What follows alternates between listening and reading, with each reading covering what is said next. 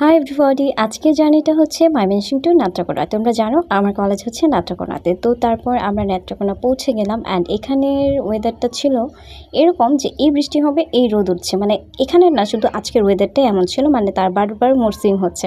তো তারপর কলেজের সামনে চলে আসলাম অ্যান্ড আজকে এইচএসসি এক্সাম ছিল, সো 12টা 40-এ পৌঁছে গিয়েছি, 20 মিনিট ওয়েট করতে হবে। তারপর আমি আমাদের ডিপার্টমেন্টে চলে গেলাম অ্যান্ড আজকে অ্যাডমিট কার্ড নিতে এসেছি অ্যান্ড এক্সামের আগে ফার্স্ট ইয়ারে আজকেই লাস্ট ডে।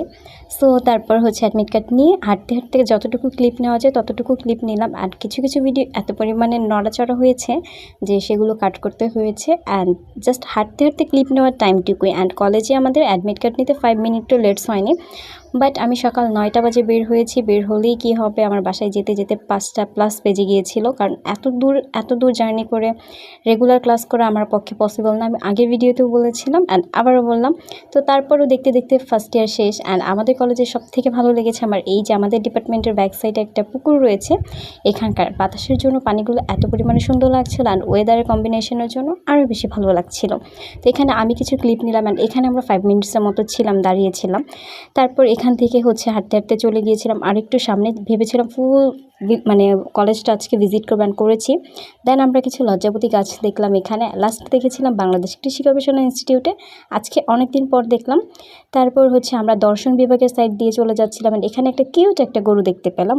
ক্যাম্পাসের মধ্যে গরু ঘাস খাচ্ছে, বিষয়টা খুবই ইন্টারেস্টিং ছিল। আর আগে ফুল ক্যাম্পাস ঘুরে দেখা হয়নি, বাট আজকে কেন যেন অনেক উইক লাগছিল, বাট তারপরেও দেখতে ইচ্ছে হলো, কেননা আজকে লাস্ট ডে আমাদের ফার্স্ট ইয়ারের এক্সাম সেন্টার তো অন্য জায়গায় পড়েছে, সো আর কলেজে আসা হবে না।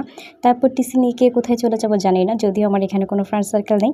বাট আজকের ওয়েদারটা লিটারালি অনেক সুন্দর ছিল। মাঝে মাঝে মনে হচ্ছিল এই শরৎকাল, আবার মাঝে মাঝে মনে হচ্ছিল এই হচ্ছে বাদলের দিন, মানে খুবই ভালো লাগছিল এই বৃষ্টি এই রোদ।